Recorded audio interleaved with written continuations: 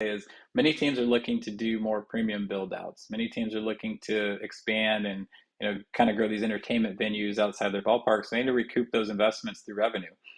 There are some high net worth individuals in all these different markets, but a lot of that's going to come from businesses. So if you already have a consistent program where you're reaching out to businesses and you have a lot of businesses in your pipeline, that gives you more comfort, that gives you more excitement and belief that you're going to recoup those investments through business sales to make higher premium sales and refill the seats that you're building out with some of these build outs and premium inventories that's starting to grow and become more prominent, not just in pro sports, but minor league sports, or major league sports, but minor league sports, collegiate sports, all looking to grow in some of those areas.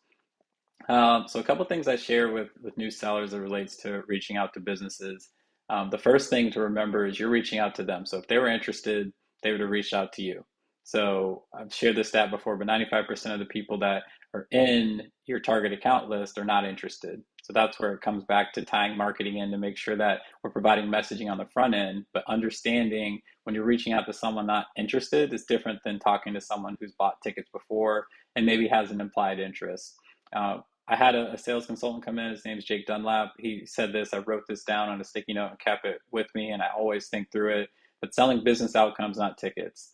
A lot of times, as I touched on earlier in this, is we sell tickets and we focus on the product features, the benefits, everything like that. But really learning to sell the business outcomes. What are the goals and outcomes they're looking to achieve? What are the challenges they're looking to overcome? And how can our tickets help them do that?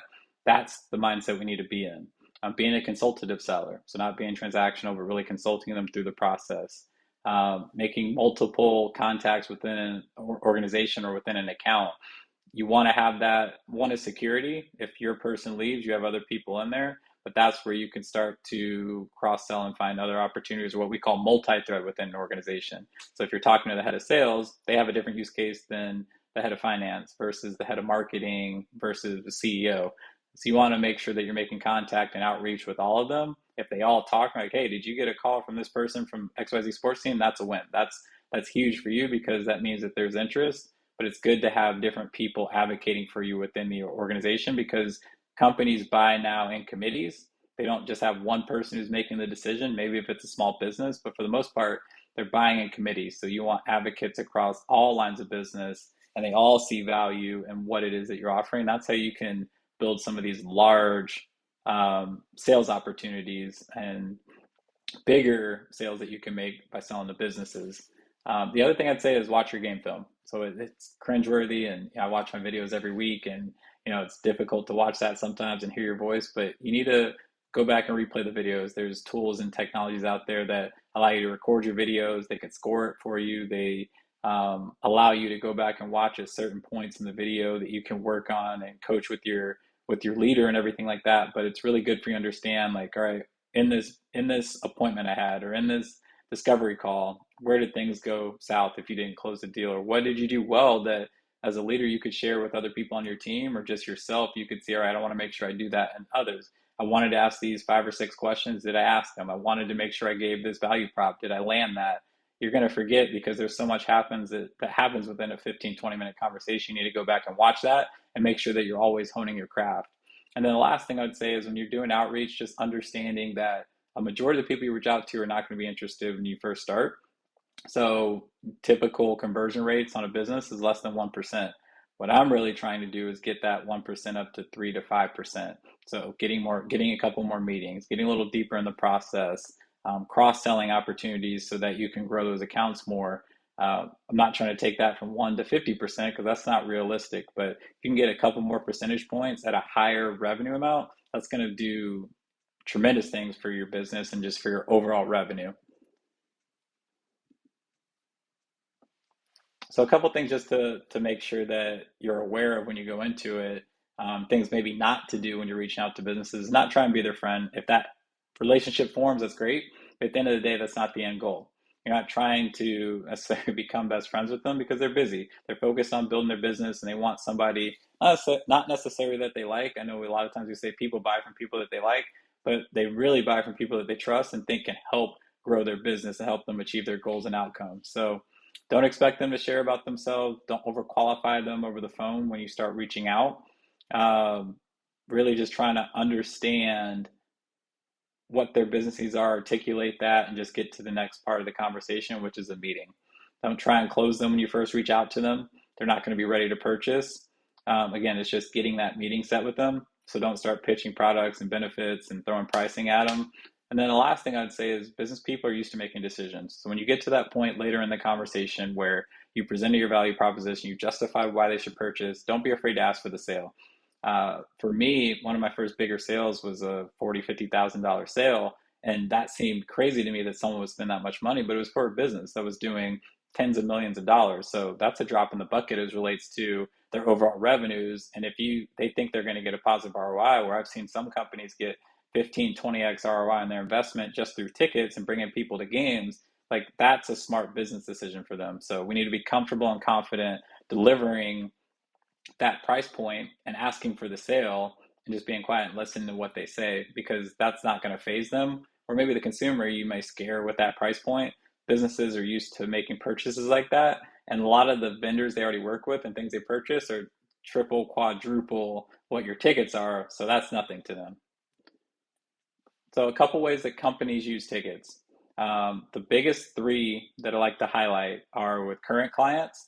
So if a company has customers and clients, they like to bring them to games or gift them with tickets as a thank you for doing business with them. Prospective clients is a big one. So giving tickets to your sales team or bring your marketing team, host people that are potentially going to be clients of yours, depending on what your business is, and hosting them to games. Probably someone that has the propensity to spend a lot more with you. That helps open the door, helps you get deeper in the process and using it as a tool in your sales process to help them close more business. And then the last piece for most companies is for employees. So incentivizing their employees, making sure that they feel valued and using tickets for their employees. Other ways that they use them, executives, they may be in town, so you want to take all your C-level executives out to a game, just general networking. Someone gives you referrals, you want to do business with them. Maybe some of your vendors you want to form a better relationship with as you guys do business together. Or a lot of times companies will use it for more corporate social responsibility. So donating tickets, maybe that philanthropic efforts. They want to send kids to a game that maybe didn't have the opportunity to come to a game or have some affiliation to a nonprofit organization. Sometimes they'll gift and donate their tickets that way as well. And when you're talking to a business person, you want to make sure that you're speaking their language. So when you're talking to current clients, you want to make sure that you're using words that resonate with them retaining their clients. So upselling your clients, cross-selling your clients, expanding those accounts. A lot of times we say client entertainment. It's not going to kill you if you use that language, but it's better to talk more in terms of retention, growth, expansion, using tickets for those reasons. For prospective clients, a lot of times we'll say, again, client entertainment, but how are you acquiring new business? You can use this to grow your new client base, prospecting for new clients or prospective clients. Speaking in those terms about your tickets and the solution that you provide is different than, hey, entertain your clients at a game.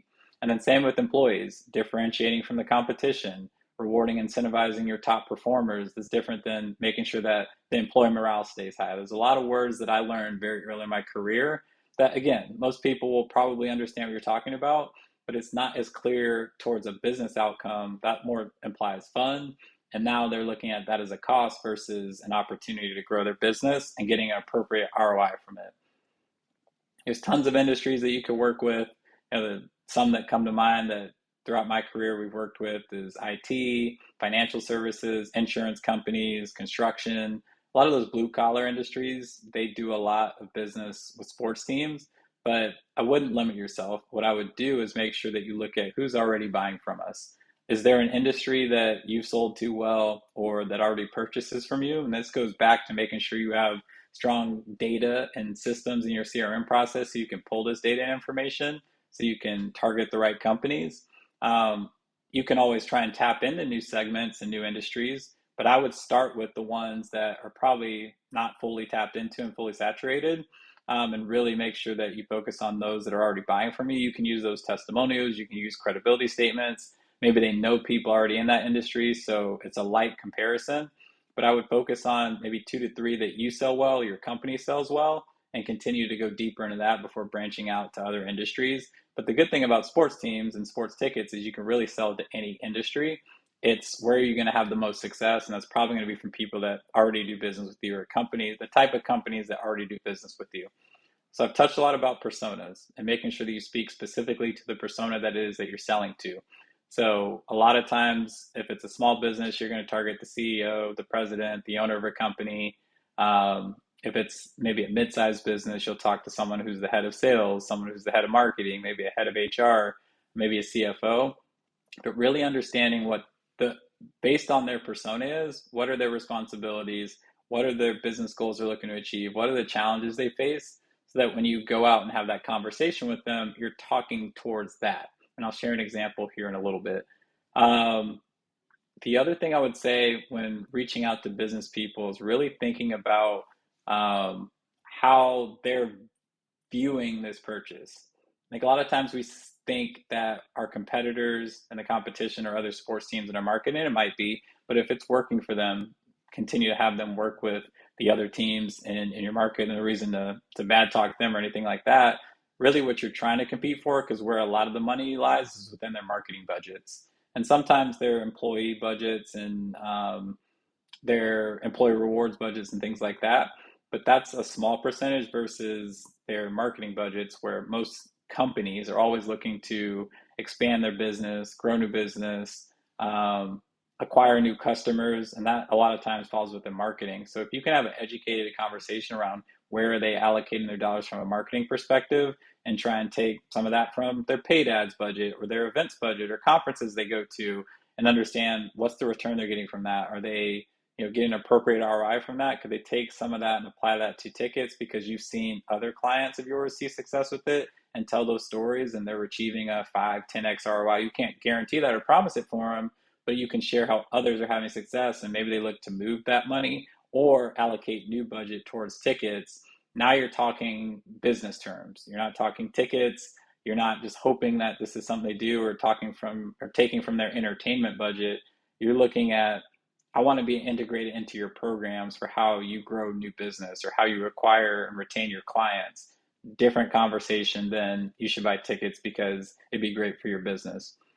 So going back to speaking with relevance and tying this all back together, it's very difficult to expect someone, especially if this is their first job out of college and they haven't had many conversations with business people before, to have this conversation.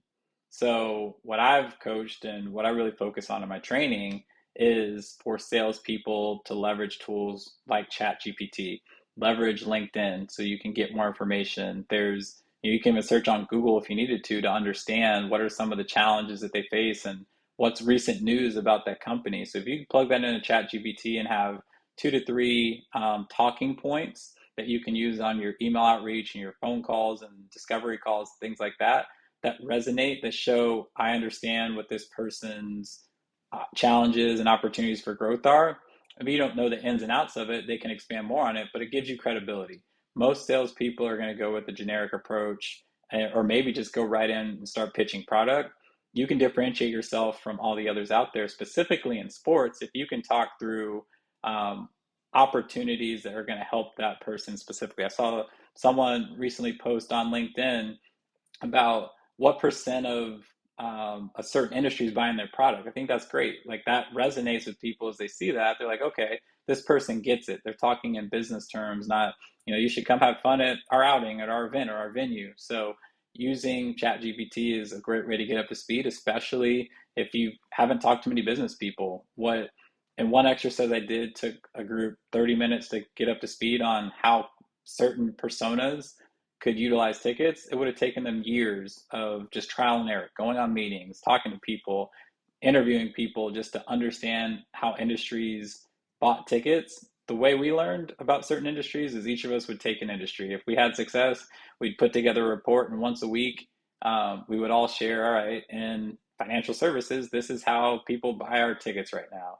In construction, here's a couple companies that bought from us and how they use tickets. But that was from us doing months and years of research, and then on a weekly basis learning about one industry at a time. Now you can learn, at your disposal about any industry, any persona, and how that industry, that persona within that industry can use your tickets in your market and have, a valuable talking point and a use case that you can go into conversations with business people.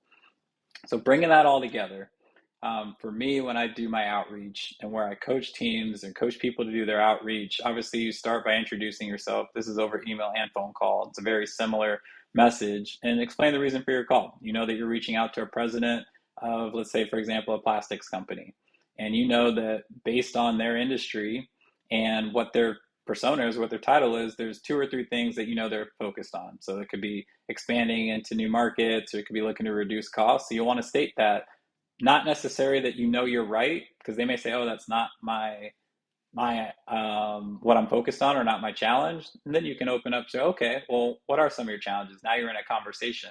But you want to make sure you hit on two or three things that resonate based on their persona and their industry, and explain how you've helped other people achieve that similar outcome. If you haven't yet, say, I feel that there's ways that we can help you achieve outcome in certain ways. I'd love to set up a time for us to talk. Would you be interested in learning more? And just the fact that you're talking to the persona about things that resonate with them, and sharing social proof and testimonials and case studies about how other people have been in similar situations, or you work with other people, that lends credibility. So there's a reason for you reaching out that speaks in their terms and their needs, not yours. A lot of times we speak in our business needs, and we want people to purchase because of our reasons. We want to sell more tickets. We want to hit our goals. And if it aligns that they happen to have a need, then we'll get to those people. So that's where, if you just play the numbers game, eventually you're going to make sales to businesses. So I'm not saying that what we do right now doesn't work. I think there are more effective ways that we could do it. And that's really why I'm championing this transformation I think needs to happen within sports, where we put more emphasis on having right conversations, having relevance, and providing value in our outreach, leveraging technology, using the right data to make smart business decisions. And there are some on the forefront of that. There are some that do that really well, but I would say 90+% of the company or sports teams out there either don't have an emphasis on B2B sales or don't have a structured process. So I think there's a ton of opportunity for us to continue to grow and make a huge impact on the industry. So as I learn more and as I work with more sports teams, I'll continue to share some of the stories and testimonials. But these are some of the things that I focus on when working with sports teams, and then expound upon this throughout the multiple days and weeks of training, so that that sales team has a good foundation laid to start out. But then as we continue to work with them over the next months and years, it's reinforced, it's documented, and then they can continue to implement and optimize and iterate off that as they continue to grow and develop. So it's been a lot of fun, and I'm going to continue to push on this, because again, I think there's a big opportunity. So hope you all enjoyed. I'll be back again next week with another video. Love to hear your feedback. Thanks.